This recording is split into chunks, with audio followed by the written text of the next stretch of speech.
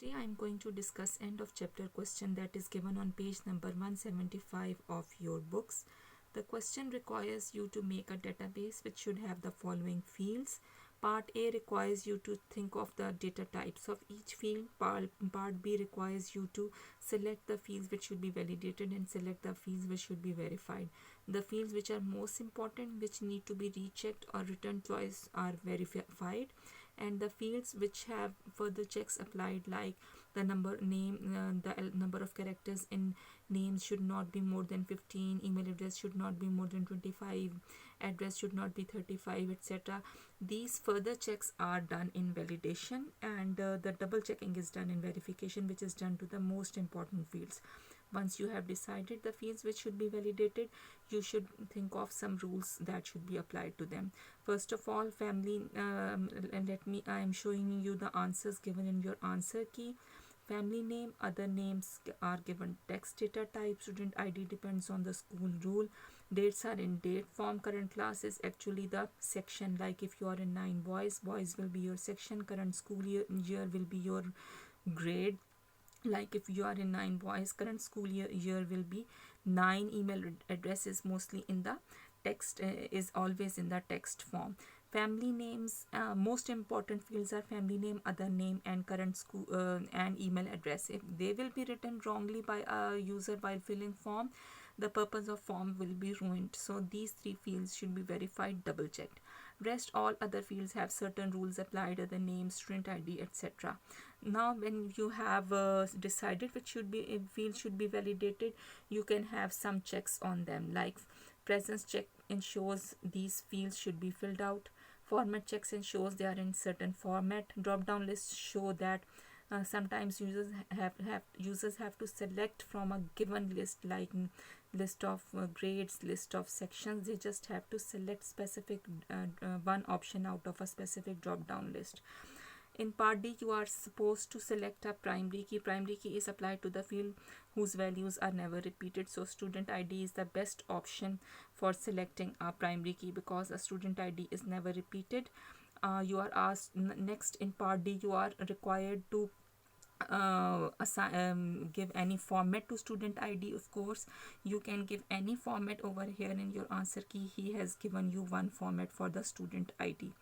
Next, you are supposed to make write in data sheet view. You are supposed to build a database and write 10 records in data sheet view. In your answer key, only design view is shown, no 10 records are shown. I have, for the sake of saving time, I have made a table. In that table I have already written 10 records for the purpose. For this purpose, I have he has asked you to select 2 grades and 3 sections. I have written grade 8 and 9 and written 3 sections for them, like I have written red, yellow and blue. In last part, you have written are supposed to make 3 queries. In the first query, you are supposed to select only 3 fields, and the one field should be in alphabetical order. I'll click on I will click on it, the table. I will create a query from create query, and now I'm going to make the first query for you people. Let me click on create query. Query is mostly in simple. You mostly make a simple query. You are supposed to carry forward only 3 fields. This is one field, this is second field, and the third field is email address. Only 3 fields will be used in this query. Now next, you can assign any name. In this case, I am assigning it name 1. And when trying to open it in the I'm trying to open it in the modification view, but it is saying it should be in alphabet, so I am assigning a alphabet. Finish. This is the query. In this query, he has asked you to assign a family name should be in alphabetical form. See, this is written family name should be in alphabetical form. So in sorting, I will select ascending for this alphabetical form. Now this is the query. You can see only 3 fields are being displayed. Now next query says that all records should be shown, but user will give a class and only students of that class will be shown. Again, I'll click on the table. I will go to create query wizard. Query wizard is I'm selecting simple query. In simple query, I'm bringing forward all the records.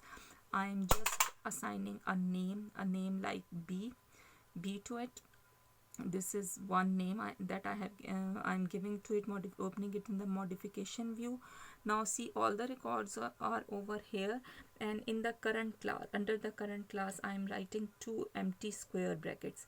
You can write any message in between these two empty square brackets also, but these two empty square brackets will will ask for a parameter. When you will run this query, one parameter will be asked. I have given the section name yellow, blue, green, so I'm writing yellow over here. So only students of yellow sections will be, whether they are in grade 8 or grade 9, they will be displayed in this query.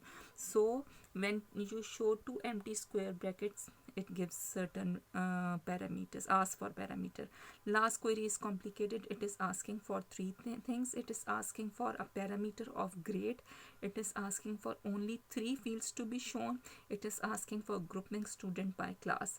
Now let me go to the now let's create this query. We will deal things one by one. Again, clicking on table name, I will go to create query wizard. From query wizard, this is simple query. I'm bringing forward all the records because the query is a bit complicated, and now I'm assigning it the name C. You can assign any other name of your choice, opening it in the modification view.